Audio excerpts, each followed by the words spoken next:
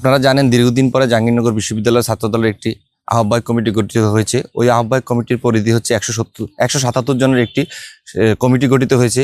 ওই 177 জনের মধ্যে আমাদের নিয়মিত শিক্ষার্থী প্রায় 60-এর ঊর্ধ্ব। আমরা মনে করি আমরা চেয়েছিলাম এটা সিনিয়র জুনিয়রের কম্বিনেশনে যাতে একটা বিশ্ববিদ্যালয়ের নেতৃত্বের ভারসাম্যটা রাখার জন্য চেষ্টা করেছি। তো ওই প্রেক্ষিতে আমরা আমাদের রানিং ব্যাচের অনেক শিক্ষার্থী আমাদের কমিটিতে রয়েছে এবং কি ভবিষ্যতে সামনের দিনগুলোতে আমরা যেই হল কমিটিগুলো গঠন করব এবং বিশ্ববিদ্যালয় কমিটি পূর্ণাঙ্গ করব, ওই কমিটিতে আমাদের রানিং শিক্ষার্থী এবং নিয়মিত শিক্ষার্থী যারা আছে তাদেরকে প্রাধান্য দেওয়া হবে। আর জাকসুতে যেটি বলা হচ্ছে আমাদের প্রার্থিতা নিয়ে, আমরা মনে করি সাংগঠনিক কাঠামো এবং জাকসু নির্বাচন দুটি ভিন্ন বিষয়। জাকসু আমাদের ছাত্রদলের প্রেসিডেন্ট সেক্রেটারি ছাত্রদল জাকসু নির্বাচন করবে, বিষয়টা এরকম না।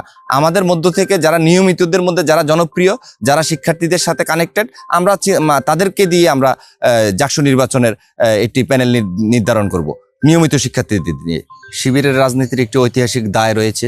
আপনারা জানেন 1989 সালে ছাত্রদল নেতা হাবিবুর রহমান কবির ভাইকে নৃশংসভাবে হত্যা করা হয়।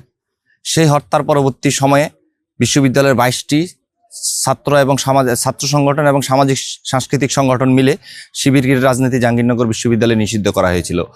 তখনকার সময়ে যে সর্বদলীয় শিবিরের বিরুদ্ধে যে সর্বদলীয় ছাত্র ঐক্য গঠন হয়েছিল, ওই সর্বদলীয় ছাত্র ঐক্যের নেতৃত্বে ছিল হচ্ছে তৎকালীন জাকসুর নেতৃবৃন্দের সাথে আমরা কথা বলে যে বিষয়টি নিশ্চিত হয়েছে সেটি হচ্ছে জাকসুর নেতৃত্বেই শিবিরকে জাহাঙ্গীরনগর বিশ্ববিদ্যালয়ে নিষিদ্ধ করা হয়েছিল।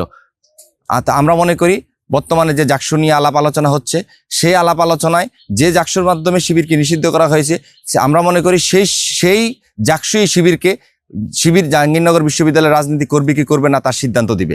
যেহেতু নির্বাচিত প্রতিনিধিদের মাধ্যমে জাকসু গঠিত হয়, নির্বাচিত প্রতিনিধিরাই নির্ধারণ করবে শিবির জাহাঙ্গীরনগর বিশ্ববিদ্যালয়ে ছাত্র রাজনীতি করবে কি করবে না।